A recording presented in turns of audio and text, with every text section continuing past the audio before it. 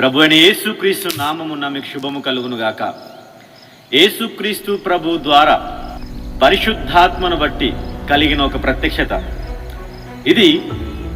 ఈ జనరేషన్లో చాలామంది అద్భుతాలు లేవు, స్వస్థతలు లేవు అని వాదిస్తున్న వాళ్లకు మాత్రమే పరిశుద్ధాత్మ మాట్లాడుతున్న మాటలు ఏంది అని అంటే, వాక్యానుసారంగా యేసుక్రీస్తు ప్రభు అనే పేరు మొట్టమొదటిసారిగా నరమాతృలకు పరిచయం చేయక ముందు యేసుక్రీస్తు ప్రభు యొక్క క్యారెక్టర్ పరిచయం చేయబడింది.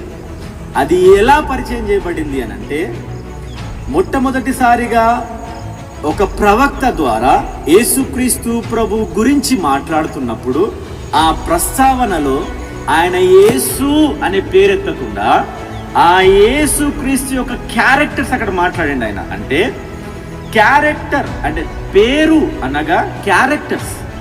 ఆయన యేసు గురించి ఇంట్రడ్యూస్ చేస్తున్నప్పుడు యేసు అనే పేరు పలకకుండా ఆయన క్యారెక్టర్ని అక్కడ చూపెట్టిండ్రు. ఏమని అనంటే, ఆయన ఆశ్చర్యకరుడు, అద్భుతకరుడు అని ఆయన గురించి ఆయన ఎక్స్ప్లెనేషన్ ఇచ్చిండు. ఆయన గురించి సంబోధించిండు అక్కడ. ఆశ్చర్యకరుడు, అద్భుతకరుడు. ఈ ఆశ్చర్యకరుడు, అద్భుతకరుడు అనే ఈ పేర్లు ఎవరికి పెట్టబడ్డాయి అని మన కన్ఫర్మేషన్ ఎప్పుడు తెలుస్తుంది అని అంటే, యేసుక్రీస్తు ప్రభువు జన్మించిన తర్వాత, అంటే నూతన నిబంధన ఆరంభంలో. వినండి, నూతన నిబంధన ఆరంభం అనేది మత్తయి సువార్త నుంచి కాదు.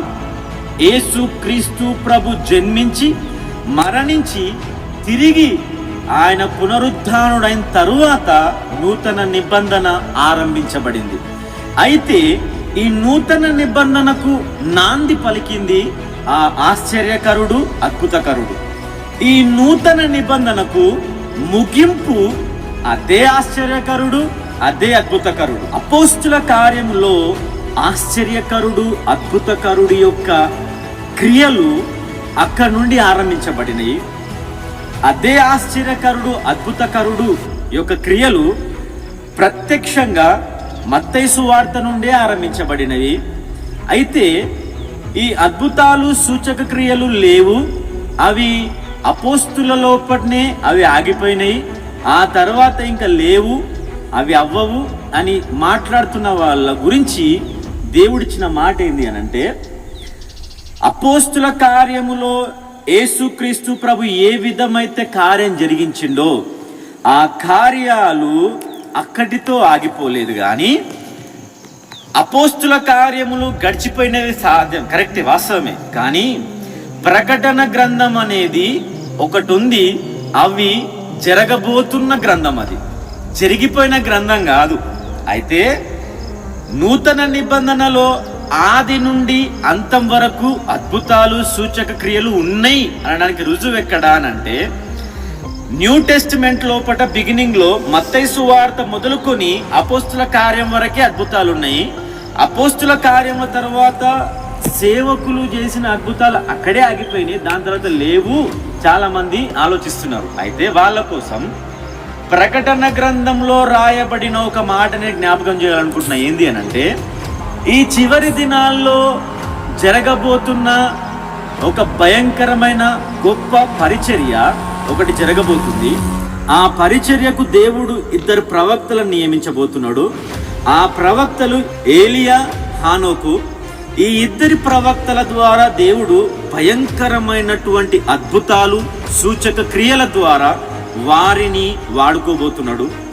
ఈ అద్భుతాలు, సూచక క్రియలు జరిగిపోయినాయి కాదు, జరుగుతున్నాయి కాదు, జరగవలసినవై ఉన్నాయి, అంటే ఫ్యూచర్లో జరగబోతున్నవి. ఒకవేళ మీరు అన్నట్టుగానే అద్భుతాలు, సూచక క్రియలు ఆగిపోయినాయి అని అంటే, ప్రకటన గ్రంథంలో రాయబడిన ఆ 2 ప్రవక్తల ద్వారా జరగబోతున్న సూచక క్రియలు కూడా జరగకూడదు మీరన్న మాట ప్రకారం. అయితే నేను చెప్పే మాట ఏంది అనంటే, యేసుక్రీస్తు ప్రభువు ఆది నుంచి ఉన్నాడు, ఆయన అంతం వరకు ఉంటాడు.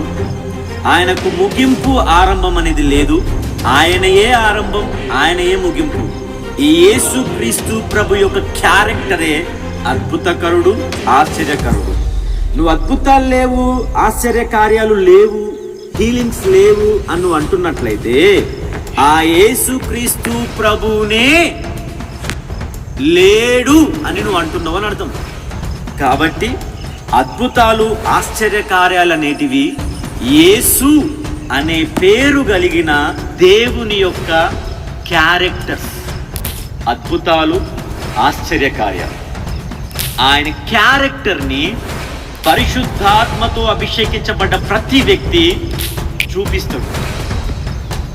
We are the Xerox copy of Jesus Christ, who will do miracles, signs and wonders. ఇలాంటి ప్రత్యక్షత ఈ చివరి దినాల్లో యుగాంతం వరకు ప్రతి ఒక్క సేవకుడిలో, విశ్వాసులలో అవి స్థాపించబడినట్లుగా నేను ప్రార్థిస్తున్నాను.